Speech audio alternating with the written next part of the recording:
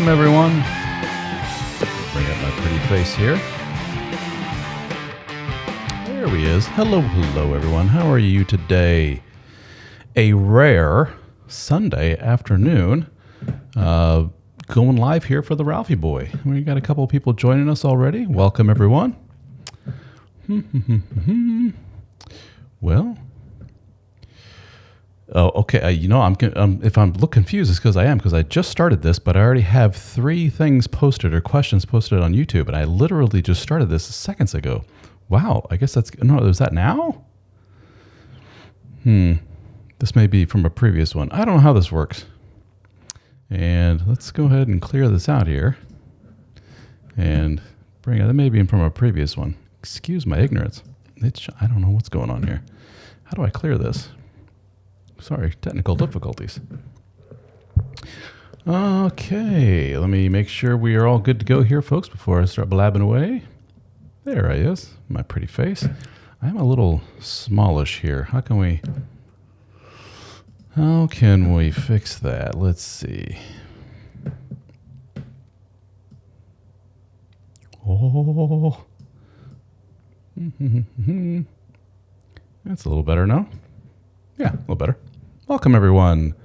My name is Ralph. If you don't know who I is, you're new to this. You just stumbled upon when some dude, some dude shows up on your feed, some bald dude, and on microphone, you're like, what the heck is this about? My name's Ralph. You're watching this on a channel called Dad Starting Over. I've been doing this Dad Starting Over thing for years now, 7, 8, 9 years. I'm not exactly sure when I first started. It started off as a simple little blog, and not many people read it. And it wasn't until I wrote a book in 2017 and then a second version in 2020. I've written and done videos on a plethora. There's a good word. A plethora of topics. And it wasn't until I wrote on the topic of sex. What else, right? Sex and marriage, more specifically, and a book called The Dead Bedroom Fix that got a lot of people, a lot of eyeballs on my material, and that allowed me to grow the Dad Starting Over business. And in fact, that has recently morphed into something. We switched our business side over to a different brand, of which Dad Starting Over falls under, and that brand is called Help for Men, and you can learn more at helpformen.com. So check it out, helpformen.com. So our private group, which I'll talk about here in a second, courses will soon be up and going. Those will be also under the Help for Men banner, as well as our coaching is now all done under Help for Men. So check it out, helpformen.com. Daniel is pointing out here that basically, hey, dummy, he didn't say that, my words, that YouTube, I guess, allows for comments before the live. News to me. So that's kind of cool. So right off the bat, we just hit the ground running with questions. But let me pause for a moment on the questions. But thank you, Daniel, for filling me in. Pardon my ignorance on that. We had some relatively big news here, and that is, I mentioned the Dead Bedroom Fix book. Well, check this out. We had, oh, shitballs. I just messed up my whole little zoomy thingy there. Oh, man. Watch this. Oh. Let me get me centered here again. Oh, well, there you go. A little behind the scenes action there. Boom, that's better, right? New book, The Dead Bedroom Fix, 3rd edition. Numero 3. First edition 2017, second edition 2020, and it was 3 years between the first 2 editions, and now another 4 years later, 3rd edition. I got new material in it, reorganized some stuff.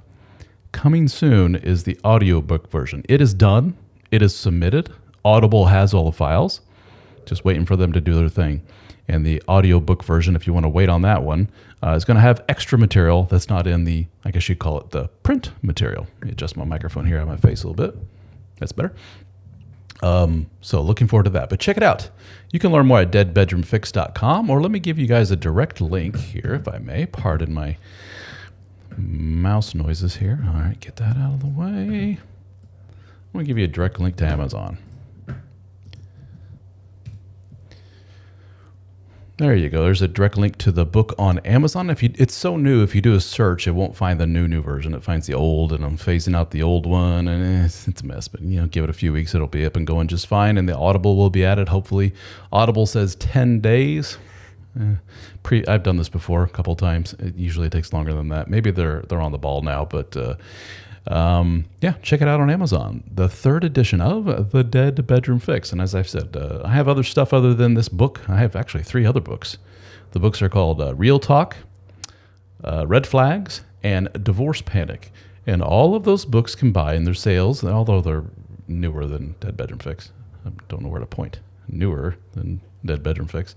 But all those sales combined don't equal this guy. Dead Bedroom Fix is just taken off. And I've been very blessed to reach literally hundreds of thousands of people with this book. That counts all the versions, electronic version, paperback, audible, audio. You can do audio versions. I don't know if you know this. If you're I don't have my phone here. If you're an iPhone user, you have an app on your phone called Books. You could download books directly from there and pay right there on your iPhone.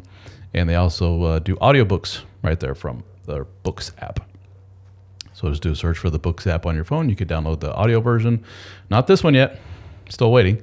Or the I believe the ebook version is available on Apple Books, as well as Barnes & Noble, as well as Amazon. Where else?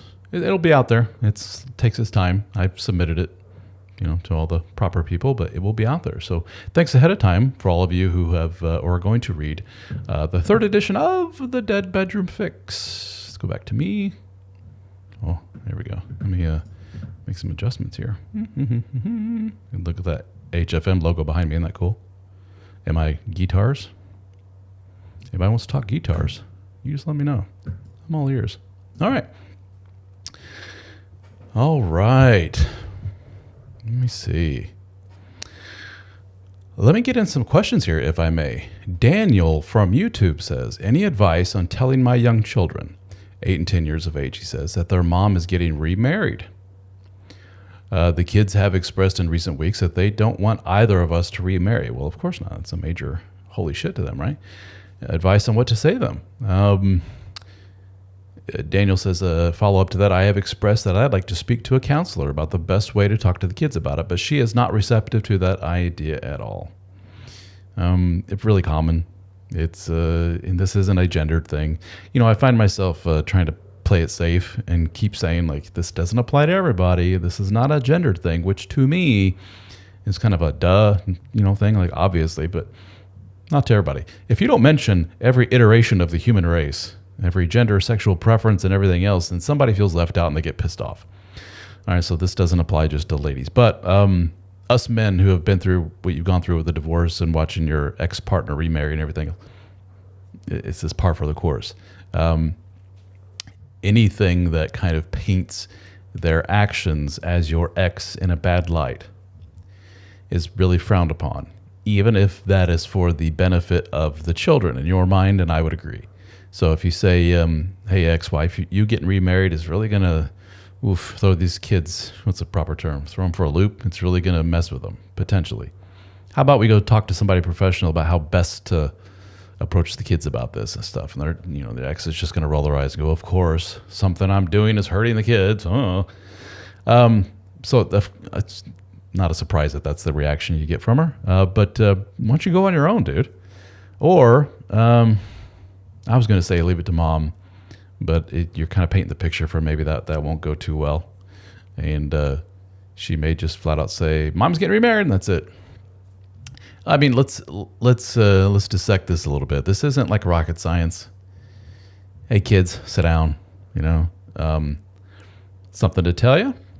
It's good news, but you may take it, it may stress you out a little bit, and let's talk about it, right? And that is your mom and John, made up name, obviously. They've been dating for a while, at least I hope. I hope this isn't some quick, she's known for a couple of weeks, couple of months thing. Not unheard of. But anyway, your mom's been dating John for a while. Well, they're going to get married. So good news, right? That's a good thing. We all of us wish the best for your mom. Hope she's super happy and hope they live happily ever after and everything's great. But I can see as kiddos how that may be kind of weird to you, because I, as dad, it's kind of weird to me too. And that's my ex-wife, So what do you think, kids? What do you feel about this? How does that make you feel? Any questions for myself or mom or? I mean, what else can you do? It's going to rock their world. Everything about this whole divorce and splitting up the family and all this other stuff, it it throws kids for a loop. There's no doubt about it. But what can you do? The best thing you can do is just kind of minimize the pain as much as humanly possible. But good question, Daniel. Thank you for that. All right. Anything else, guys? Anything else? So check it out, helpformen.com. I put the link up there for the latest version of the Dead Bedroom Fix. 3rd edition just came out July 3rd, I believe. So it's been out a few days now. And direct link there will take you right to it. Please give it a download. Please give it a review. I would greatly appreciate it. All right. Mic myself as I cough there. What else has been happening? Daniel says, thanks for the input. You're very welcome, Daniel. Any other questions? Here we go. Mr. Jeff. Jeff from Facebook says, hey, Ralph. Well, hey, Jeff. Brand new here, and I made my first post a couple of days ago, which you responded to, and I appreciate the group and what you said. So, Jeff, are you referring to our HFM Brotherhood, our private group for men only? Check it out, guys. Helpformen.com. You can go right to the page at helpformen.com/join if you wish to join. We have a private group just for men, it's a support group, if you will, and it's active 24/7. We have guys from all over the world in the group talking in our discussion forums, as well as live meetings and Zoom that we get together and talk. I host a meeting, and the guys on our team host meetings, as well as all of my books that I mentioned, including this latest version of the Dead Bedroom Fix 3rd edition, is at no additional charge to our group members. They have the PDF version of it, which is mobile friendly, by the way, now. Nice big text so you can read it on your phone, as well as the audio version. You don't have to wait on Audible. It's available, audio version for our members. How about that? So check it out, helpformen.com/join. I'm going to put the link here.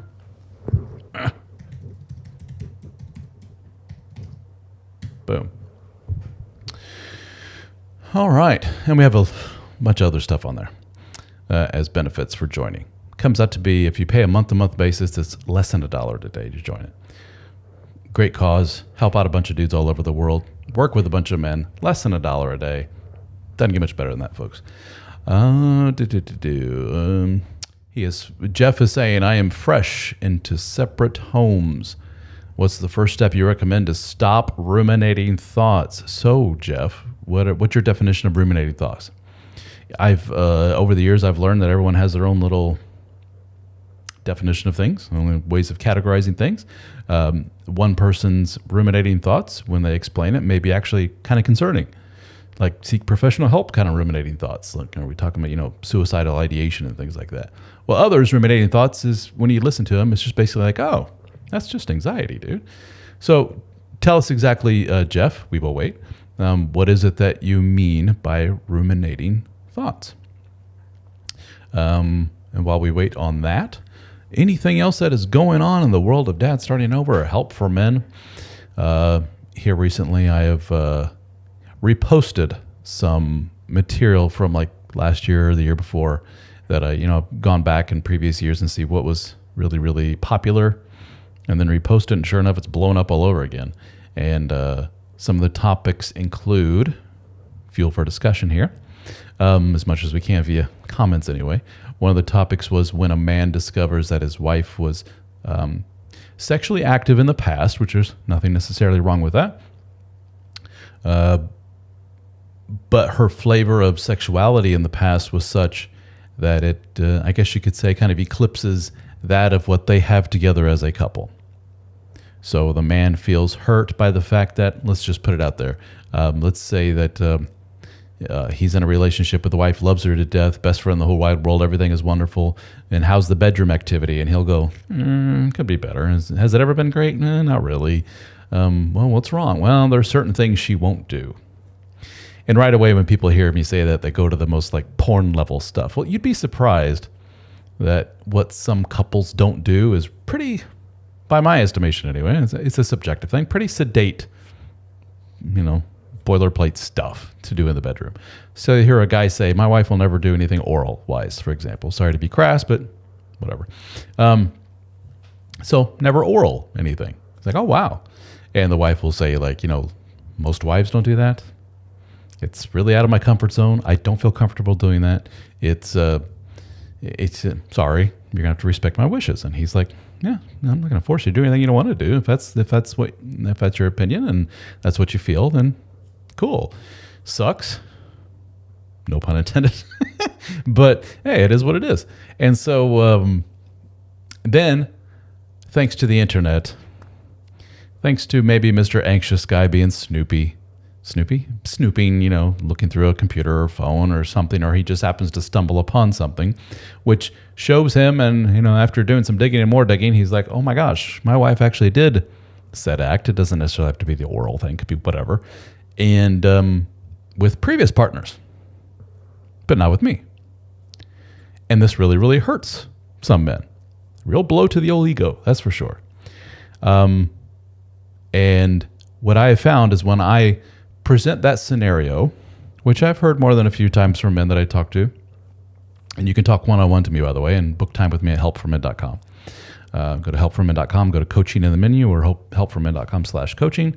If the pricing's a little high, guess what? You can become a member, again, for less than $1 a day, and that pricing on the coaching gets cut in half. Makes a lot of sense to join financially if you plan on getting some some coaching from me one-on-one.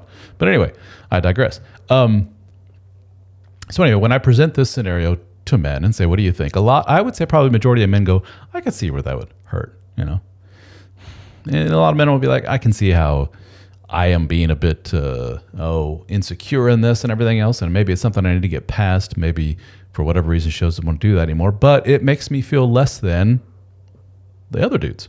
Let's say boyfriend A and B are better than husband in that way. They are, in his mind, in his anxious mind, they have some secret formula or some characteristics or something about them which brings about a level of eroticism and sexual freedom in my partner that I have never ever seen.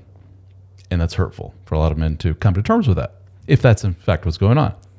But when I present that scenario to women, I would say the vast majority of women say, go F yourself, dude. I don't get it. So it's kind of interesting, the dichotomy there, or the different perspectives on what is turning out to be a relatively, common's too strong a word, not unheard of scenario. I think what is contributing to this is, and we're going to see this more and more, the internet. You can go on sites like Reddit, the various other websites, and all the way to pay sites such as OnlyFans and others, where women will do a lot of stuff on camera, and sexual stuff on camera. And once it's on camera, guys, it's out there in the ether, in the internet universe forever and ever. I know it's maybe behind a paywall, or it's behind some kind of username, login, whatever, but once it's out there, somebody grabs it, it can go blow up in a hurry. So just something, when you're sending pictures to people and posting things, be careful. So sure enough, I've had a few guys I was on Reddit. I was on something where, I had one guy who discovered that his wife was writing dirty stories. That was kind of her thing, was to be like I guess it's way more common with the ladies, a writer of erotic fiction. And he saw that her inner thoughts, at least when put on paper, were very hypersexual. And this was the side of his wife that he has never ever seen. So he felt, I guess, robbed, or I don't know what the term is, cheated out of seeing that side of her. Even though she didn't necessarily, as far as he could tell, ever act that out in a physical, real form, but just the fact she put, thought to paper. And I mean, it's kind of like, you're a super conservative, buttoned up woman who's never ever done anything, oh my, clutching her pearls, and you read, super erotic fiction about S&M and bondage and group stuff, and he's just like, who the hell's this woman? And he was pissed about that.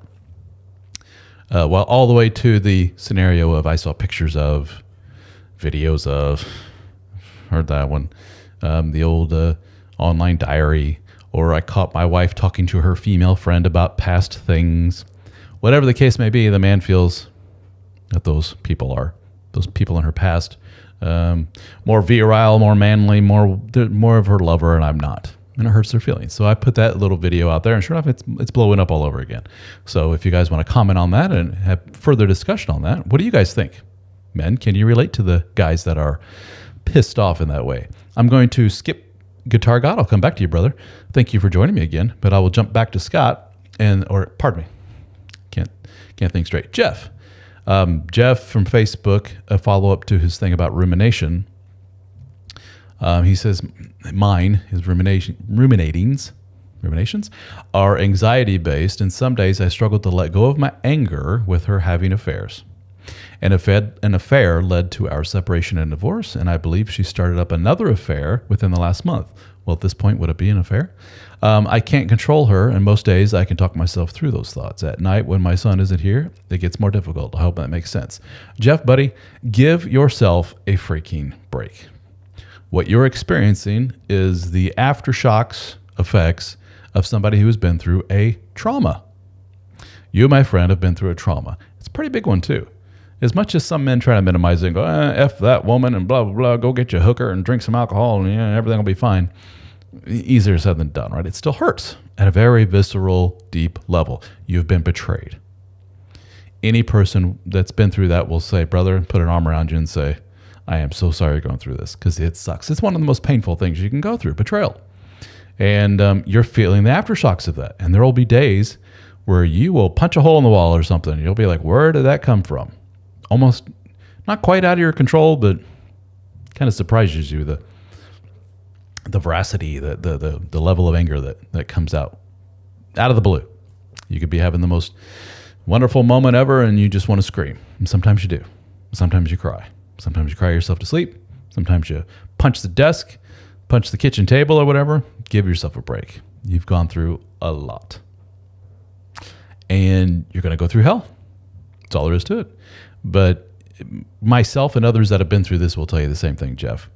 Once you get on the other side, it gets better, okay? But it's going to take a while. You're still fresh into this. You're separated, divorced, and notice that I picked on you a little bit. You talked about she started up another affair. No, sir, she's a single woman who's having relations with other people. She can do that. She ain't your wife no more, buddy.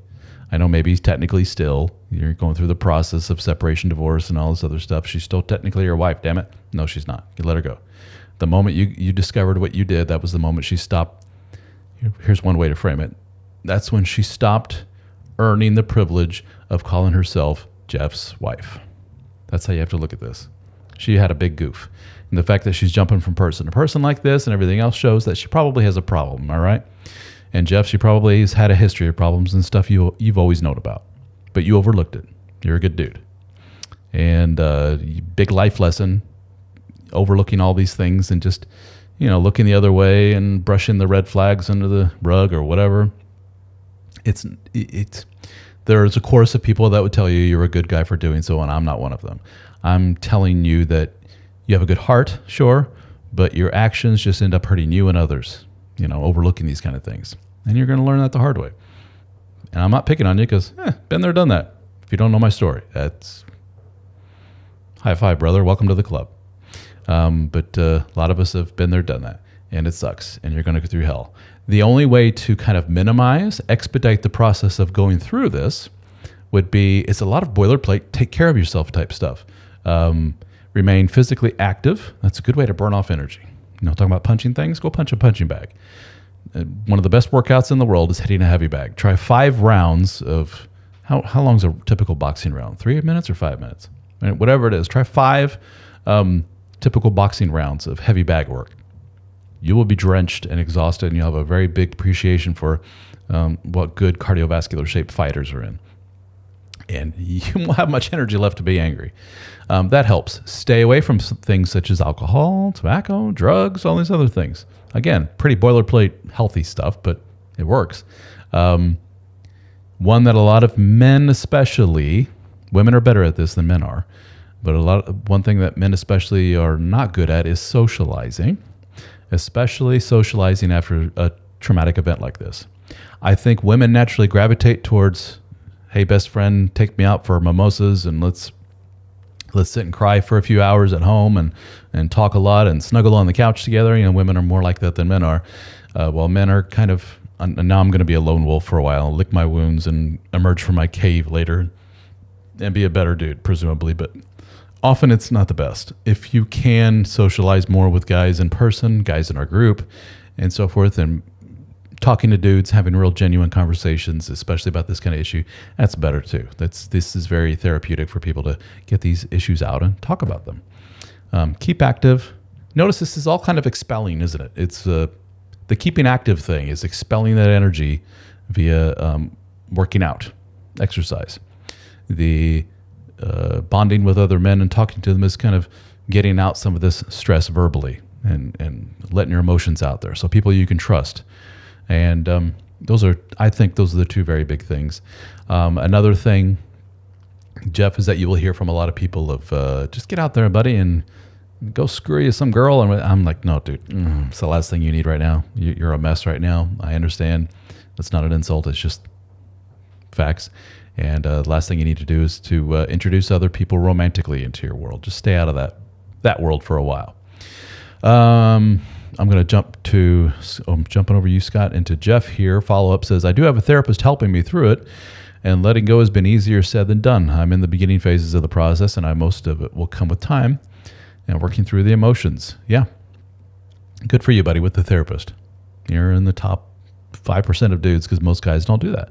But very good. Best of luck to you. Keep in touch with myself and the group, and that's why we have that group. The HFM Brotherhood, just for guys like you, people going through stuff. I need to talk. I need to bounce ideas. And what have you guys done? And that's what we're there for. Guitar God 365 from Facebook says, you've spoken about how men in our grandfather's generation would often just get their sexual needs met outside. Often, maybe a too strong of a word, but not unheard of. Get their sexual needs met outside of the marriage when wife goes low libido and the wife just looked the other way. How common is this nowadays, would you say? I would say not very. Let's look at why that was not unheard of in our grandparents and great-grandparents' generation. Grandpa had the mistress. Grandma knew about it, doesn't want to talk about it, but looks the other way. Why would she do that? Does she have a choice is the question, or did she have a choice? Did grandma have a whole bunch of work skills and know-how and degrees that she could take out into the real world and get herself a big high-paying job? No, she had nothing. So she was forced to endure such behavior, at least by her estimation. Nowadays, not so much. Ladies have a lot of choices. Bravo, ladies. They're kicking our butts in the corporate world. They're making a lot of money. And even if they don't, the old alimony, the old child support, they will be taken care of. So I think that they're a lot less apt to look the other way. But it's not unheard of. Mr. Scott from Facebook says, I've always been baffled by people claiming that sex isn't like it is in porn. Meanwhile, my sex life was pretty much exactly like porn. Well, good for you, Scott. I feel bad for all the men that never have had that. I'm going to agree with you a bit here on this. It is, let me just say this. I guess it's not like that in porn. It is something that I've written about in my book, Real Talk, which the full title is Real Talk, No Bullshit Life Advice for Young Men. And there is something that we are seeing in any kind of, I guess you could say counselor, mental health people that deal with teens, adults that deal with teens and helping teens through issues and crisis and everything. They will say, we see a trend. And that is we see these young men watching a lot of porn, and they will have their first sexual experience with a girl, and they will basically try and act out everything that they see in porn. And some of it is kind of out there and almost kind of violent, and it's kind of scary that these men are going right from A to Z. And we have to tell those boys, what you're seeing in the porn is not necessarily real life. Sure, those are real humans doing that act, but you don't go right from A to Z like that with this girl that you just met. You gotta be a gentleman about this. She's scared. This is a new experience for her, just like with you. And take your time and make sure that consent is there and everything else. You don't just go right from this to. I think what I used in the book was shoving a traffic cone in her butt or whatever weird stuff you see, and that's how crazy some of this adult material is that we see online. So that in that way, it's not realistic for most. But as far as for some of us that have been lucky enough, and sounds like Scott, you're one of the lucky ones. For those of us who have been lucky enough to be in really hot and heavy relationships with people that we really click at that level, you can get a level of energy, at least, that we see in that. No holds barred, very open, very spontaneous with the desire, very just do whatever. Two people that feel completely comfortable with each other, and both people personality traits are probably pretty open to ideas, to try new things, and I'll have all kinds of fun. We have experienced that. So when we hear people, say like that spontaneity, that openness, that energy is not real, guys. That's a porn thing, not a real life thing. It just makes me go, I'm with you, Scott. I'm like, really? Because I'm no Adonis here. I've experienced this, and you do kind of feel sad for those that have not. Mr. Spencer says, Spencer from YouTube, the uninhibited sex is the hallmark of her genuine desire. The sex with barriers means the opposite. This knowledge destroys relationships, understandably. It's not something I'd ever get past. Oh, so this is in response to the scenario of a man discovering that your wife used to do certain acts with other people, but not with you, to super simplify it. But Spencer, let's be honest. Let's say I'm a gal, and I used to be very sexually experimental. I was young, I was free, I was a 20-something, whatever. And then let's say I did that world for 10 years. And in that 10 years, I amassed a lot of partners and got a whole lot of acts done that if I probably had a video recorder, could sell it and make millions of dollars. And then I got into my 30s and I decided, you know what? I don't want to do that anymore. I look back on it and do I smile? Yeah, some of it was great, but some of it was not so great. Some of it, at the end of the act, I said, I should have done that. It's all on me. It's my responsibility for doing said act. But now that it's done, I'm like, nah, I don't want to do that anymore. And I look back on my 20s and I say that phase of my life is over. And those women have every right in the world to do that, just as men have every right to do the same. Maybe a man, let's look at it from this way. Maybe a man was a super duper partier. Maybe he did all kinds of drugs, IV drugs, and snorting this and smoking that and drinking, until he blacks out drunk. And he was Mr. Party Man, and maybe he was a rock star back in the day or whatever. And then he turned 30 years of age and he's like, I'm just going to put all this behind me, forget all that stupidness, become a boring, I often use this profession, even though it's not fair, because I know insurance salesmen that are perfectly normal, happy human beings, like my friend Gus, who's Gustavo, who's on our team. But it's, and then he goes into becoming an insurance salesman, and he's like, I'm going to calm down. I'm going to give me a wife, give me a kid. And what if the wife found out, like, oh my gosh, you used to be Mr. Super happy, fun party man. What happened to that guy? You're so boring now. And he's like, yeah, I left that life behind me. I don't want to do that anymore. Yeah, some of it I look back on and smile, and it was fun, but now, not so much. Spencer, the women can do the same thing. Yeah, I look back on that time of my life, and I don't want to do that anymore. And your partner, depends on your perspective. Should your partner go, that's cool, I get it, that's fine? Or should your partner go, yeah, but that's kind of what I want. That's what I look for in a romantic partner, somebody who is more uninhibited and is more open and would like to do those things with me. It sounds like I'm putting on different hats here, but I am not going to shame you, Spencer, or anyone for feeling that way. There is a knee-jerk reaction amongst many is that level of thinking amongst men should be shamed. That you are less than a good, healthy human being for having such thoughts. No, I'm not. I'm often labeled myself as a pretty sex-positive person, and often that goes along with other things, such as if a man tells me, I'm sorry, I only get sexually aroused by women that are in their 20s, and he's like a 60-year-old man or something like that. A lot of people would say, dirty old man, ooh, yuck, whatever, and I'm just over there saying, that's his thing. Whatever his thing is, I'm not going to shame him for it. Okay, cool. Dude, good luck. I hope you get a 20-some-year-old. Same type of thing. Somebody comes to me and says, I can't get past the fact that my wife was super hypersexual and now she's super boring, doesn't want to do anything. Okay, if you can't get past that, that's fine. That's your thing. But realize what you're saying. You're throwing aside the family and the wife for this. Is it that important to you? And if he says, yes, it is, I'm not going to shame you for that.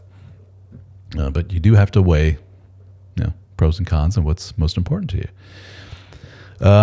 Graeme, is that how you pronounce? I believe you've been on it before, Mr. Graeme. Mr. Graeme from Facebook says, it's been 2 years since I discovered the affair. I moved out, and she has chased me for 2 years. Interesting. There were times that I thought we could make it, but my gut always said no. My heart was tricked from time to time. There were times that she had other men around as friends, quote unquote. Each time I got jealous and did the dance, and she'd come back into my life. The last time she gave me an ultimatum that I needed to stay overnight to prove I love her. I didn't, so she started a new relationship. Fast forward less than a week, and she invited me over, and we ended up in a very heavy and long, heavy petting session. I was in love, and I wanted her back. When I ordered to come back, she shot me down and sent me back into the spiral of self-doubt and brought back the hurt of that affair. So we're in a roller coaster here, buddy. Was it wrong that I messaged the new guy and told him why I left the marriage and that she cheated on him? Yeah. Is it wrong? Not necessarily wrong, but what it is it shows something, buddy. Holy shit, is this woman living rent-free in your mind? This chick's got her hooks in you, buddy. You are in a bad way over her. Here's how this should go. Wife, you had an affair. I wish you all the best. Especially, let's pretend there are no kids in the mix. I don't know if that's the case here. And Graeme says he's from Australia. Well, good day.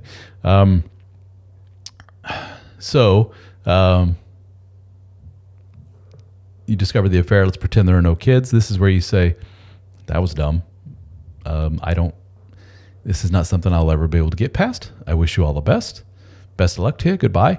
Do not contact me, please. Don't text me. Don't call me. Because Graeme, I know me. And I very easily fall back in love, and I want to attach and everything else. I kind of have a problem in that way. Graeme, you got some issues you need to work on here, buddy. And so please don't contact me. It's not good for me. It's not good for anybody. Thank you. Goodbye. You can see when you still have a little bit of touch of her every now and then, it's not good. And so, were you wrong to message this guy? That's all silly. This is nuttiness here, Graeme. You just need to stay the hell away from her for good. No more texting. No more calling. No more come on over and watch a movie with me. No more whatever it may be. You have to cut this person out of your life. This is a mess, dude. This is a real mess. Mr. Guitar God 365, Facebook says, do you think or have you seen relationships where the wife becomes asexual? I get that she may lose libido for him, but says she never thinks of sex. Even erotic romance where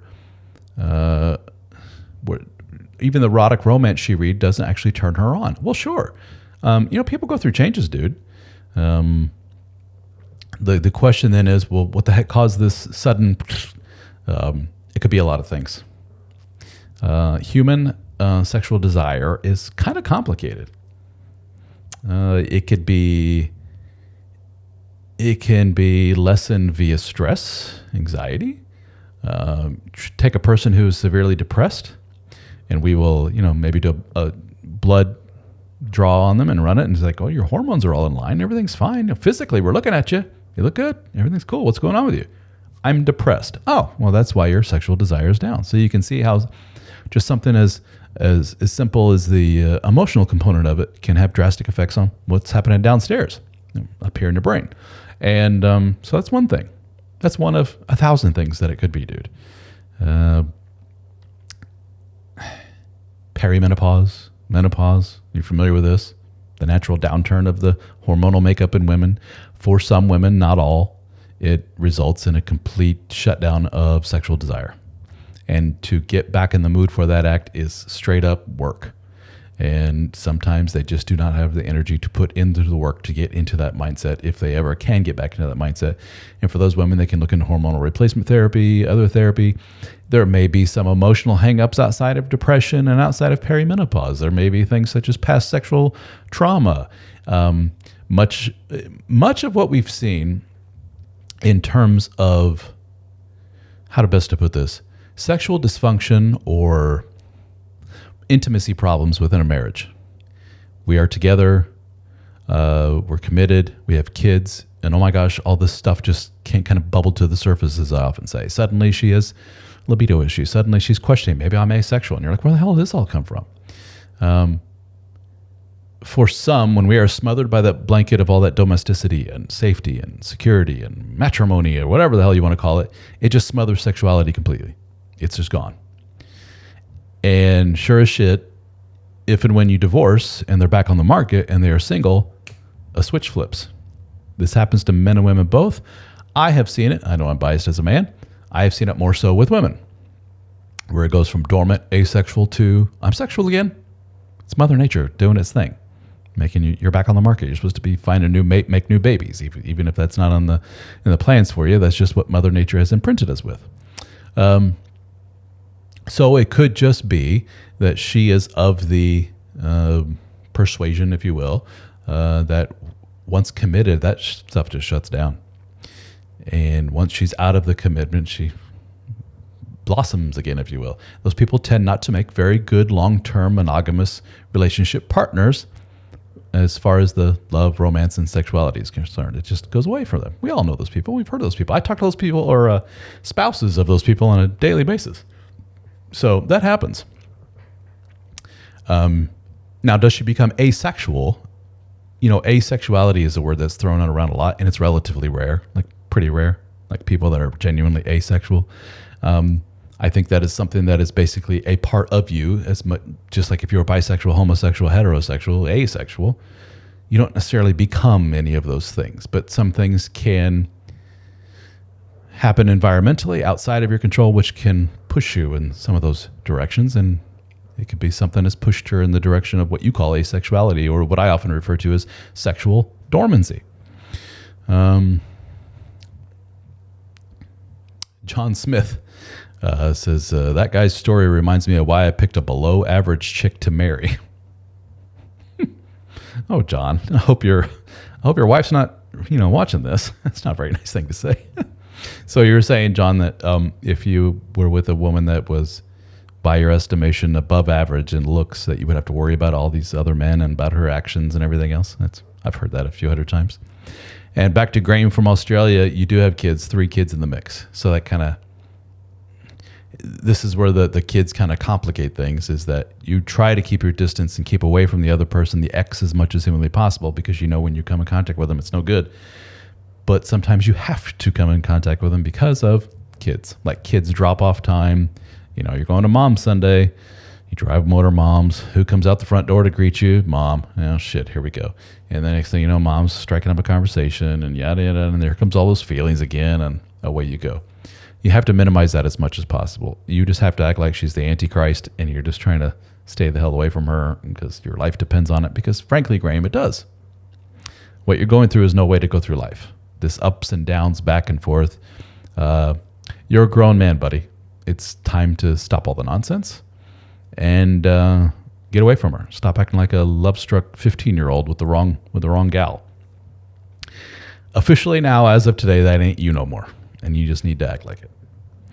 Boy, that sounded mean. Sometimes that's the kind of talk us men need. Did I miss anything here? While we pause here, while I take a drink, helpformen.com, if you could please check that out. I'm going to something to copy here. I'm going to copy something. Computer's not. There we go. This is a link for a free month to our support group, our group for men only. I keep pushing this because this is where all the best work is done. Men getting together and working with each other.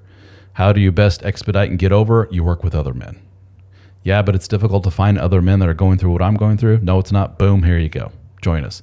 There's a cost involved, because there's a lot of cost involved in keeping all this and running all this stuff with the Zoom meetings and the forums and the moderating, and the coaching and all this other stuff. So we do charge a small fee, which ends up being less than $1 a day if you pay month to month. It was like 30 some cents a day if you pay like a year up front, and then we also have a lifetime plan, so you can pay once and forget about it. But if you want to test drive the group and see if it's to your liking, there's a link I just put there in the comments for 1 free month, no strings attached. If you stay past the month, we will charge you for the next month. If you tell us before your first month is up, I don't think I want to do this anymore, cool, done, you're out. Don't have to worry about it anymore. You're not gonna hound me because you keep getting monthly payments or whatever. Even if, like on day 31, you're like, oh shoot, I forgot I was supposed to cancel. I'll cancel and I'll give you your money back for that month that you were charged with. I'm not here to rip people off. I'm not here to take your money. I'm here to help you. Myself and an army of hundreds of other men from around the world. Speaking of, we're all getting together for our 5th annual conference in the United States. That will be in Charleston, South Carolina is it April or May of next year? I should know this off the top of my head, but I don't. Charleston, South Carolina. It's more specifically the Isle of Palms on a beach house. We are renting a beach house. And if that sounds small, it is smaller than our usual. We've had up 50 guys show up to our conferences, and now we're going to limit it to 10 dudes. That's it. We want to make this a more intimate experience, see how this goes. If this goes well, we're going to replicate it and do it again and again, maybe throughout the year as opposed to just one time a year. But we have 4 spots left. So we got less than a year before our event here, and less than a year to fill 4 spots. And that is open just to members of our group. So you can check out the group for a month, see what that's all about. We call it Brofest. And our dudes in Australia, they have their own version of Brofest. They call Mate Fest. And they're coming up on their 3rd annual gathering coming up here at the end of this year in Sydney, Australia. So yes, we are officially an international affair. So join us, if you will. It's a very good team to be a part of. And whatever it is you're going through, we've heard it. And then some. So you ain't that special. That should be a comforting thought. Anybody have anything else? These were great. I love having the questions right off the bat. Hit the ground running here. Thank you for that for the YouTube gang. Anybody else have anything to ask? Anything to share at all? Please do share. If not, I will call her quits here. It's already been 45 minutes or so. Thank you, everyone. Check it out, helpformen.com. Give me, if you could on this, give me a like. That's huge. Helps me out a lot. Wherever you're watching this right now, if you could subscribe or follow, that also helps a lot. Thank you so much. And anytime you see one of my little videos come up, my little pretty bald head, give me a like if you could, please, or share it. If you really like it, give me a share. That really helps spread the word. We've had, this has been a good last couple of weeks, social media wise, have hit millions of people. So that's really good. Every now and then, it goes in waves, roller coaster thing. And we just had a really good peak last week and really good book sales last week. So thank you all who bought books. It was a good week. So appreciate that a great deal. Helps keep the lights on. Anything else, guys? Going once, twice. Every time right when I'm about to hang this up, there's always one question that pops up. So I'm giving you one last chance before I click on the old finish button here on my screen. Anything else? Anyone? Oh, do you see my, oh yeah, I always do that. See my play button here? Isn't that cool? YouTube play button for reaching 100,000 subscribers on YouTube. I had somebody questioning, did you buy all your followers? I'm like, no. It's just that I have a dozen of my videos got really big numbers, and then all the hundreds of rest get kind of smallish numbers. And every now and then one will just take off out of nowhere. I'll get a bunch of subscribers. And another cool little interesting tidbit is I think it's 65% of my followers on YouTube are from India. Who knew? That's kind of interesting. So if you're watching this and you're from India, howdy do. How do they say howdy do in India? I don't know. I think we officially have one gentleman from India in our group, Atharva. So Atharva, if you're watching this, howdy. But anywho, so that's kind of cool. The old play button from YouTube. All right, ladies and germs, if there's nothing else, I wish you a great rest of your Sunday. I'll probably be on here again coming up this week. I have a cool interview coming up on Thursday for a podcast. We're going to, we have the Dad Starting Over podcast, but we're now going to have the Help for Men podcast. And I'm going to reserve it solely for interviews with important people, influential content creators, experts, whatever in their field.